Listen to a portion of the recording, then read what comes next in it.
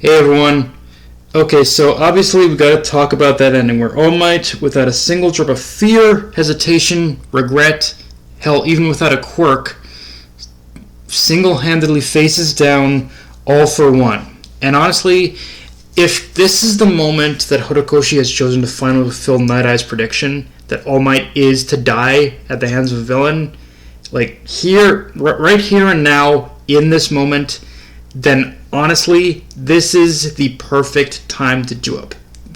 Everything that was built up with All Might in this chapter, from his final orders or orders of encouragement to Ida and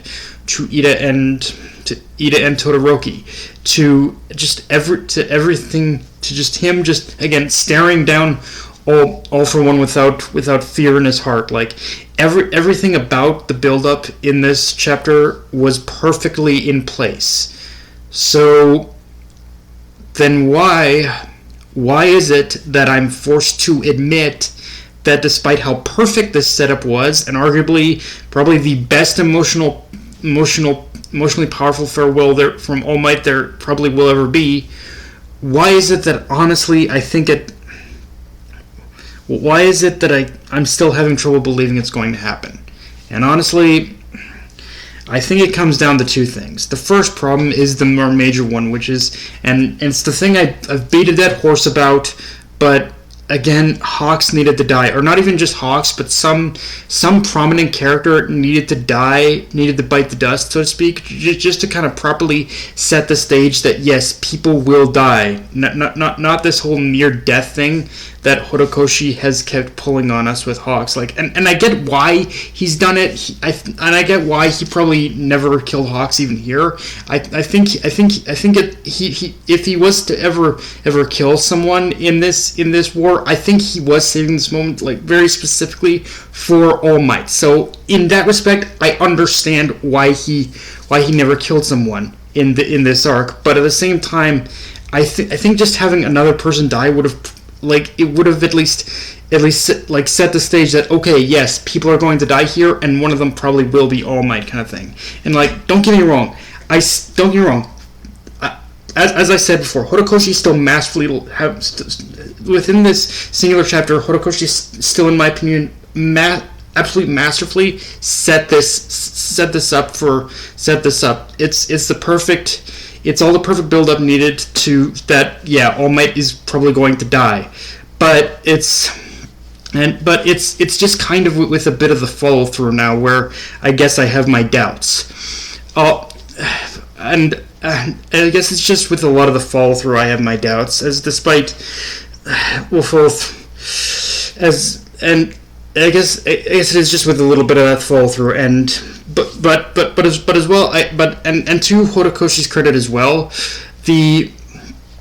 despite no one really dying, I guess he still has properly built up and displayed throughout this entire war the absolute unhinged power of All for One has, and the despair and dread that the presence he carries. So in that regard, I think this does work. It's just I don't know. It feels like something is missing in order for me to fully believe. I don't know. It's just one of those things where it just feels like something is missing for me to fully believe in this. Now, with that said, and now I think the second reason why I'm having a bit of trouble, and kind of just a bit of a personal theory of mine, not so much to do with the build-up of this arc, the build-up of this moment, but more so just it's one of those things where with in terms of how everyone and everything has been kind of placed on the proverbial chessboard with this chapter, it's kind of the one thing that has me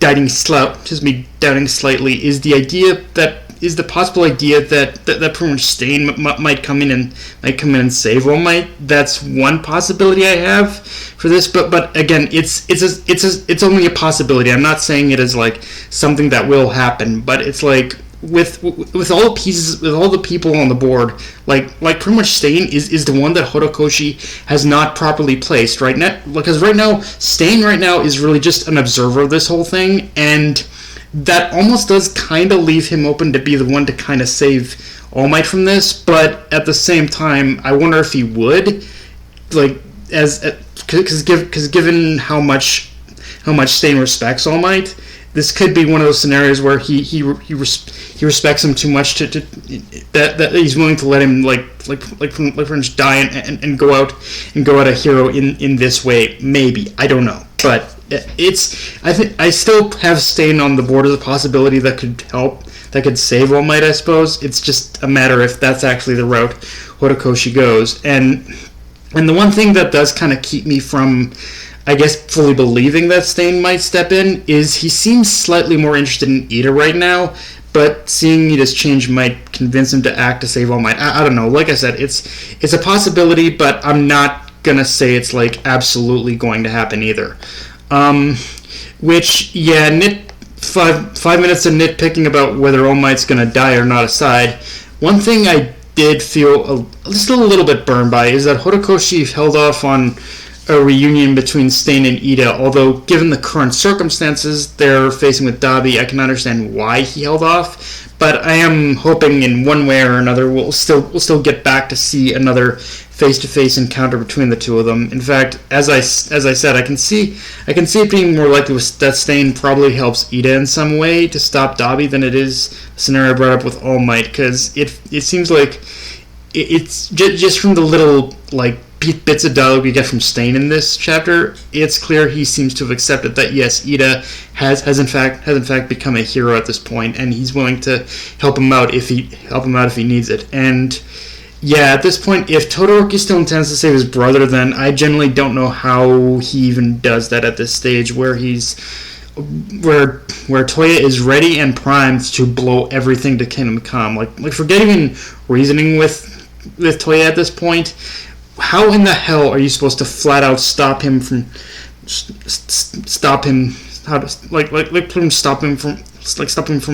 basically nuking the entire battlefield? Because in this situation, I think Todoroki's ice powers feel like the only thing that can stop him, but at the same time, I think they can only do so much.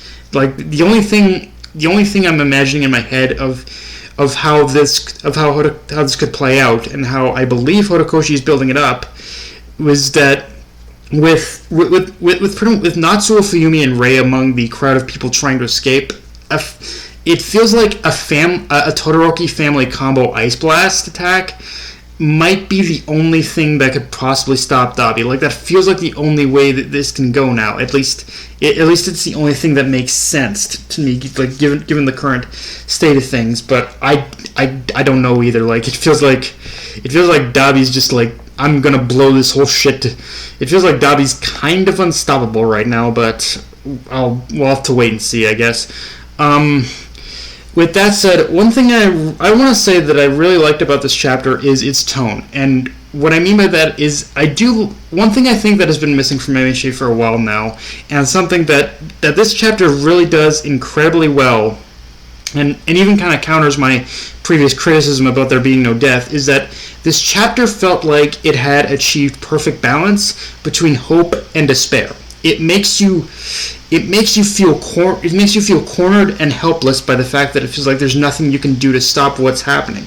But by that same token, although through All Might's words of encouragement to Todoroki and Ida, you see at the least a small spark of hope being reignited. It's constantly being fueled. And it's just that feeling of keeping hope alive, never letting it die out, even when all hope feels lost. And I love scenarios like that, because it just gives you that good feeling that there's still something to believe in, however small it's worth, and however big, however looming, and however overwhelming the darkness feels. Like that's kind of the vibe I got with this chapter. But yeah, guys. That's all I got for this review. If you enjoyed the video, like, comment, subscribe. Follow me on Twitter, Analyst Crunchyroll. Be sure to notification bell, the subscribe button, and just share the video around, guys. Dark Knight Vinmay, signing off. Later, everyone.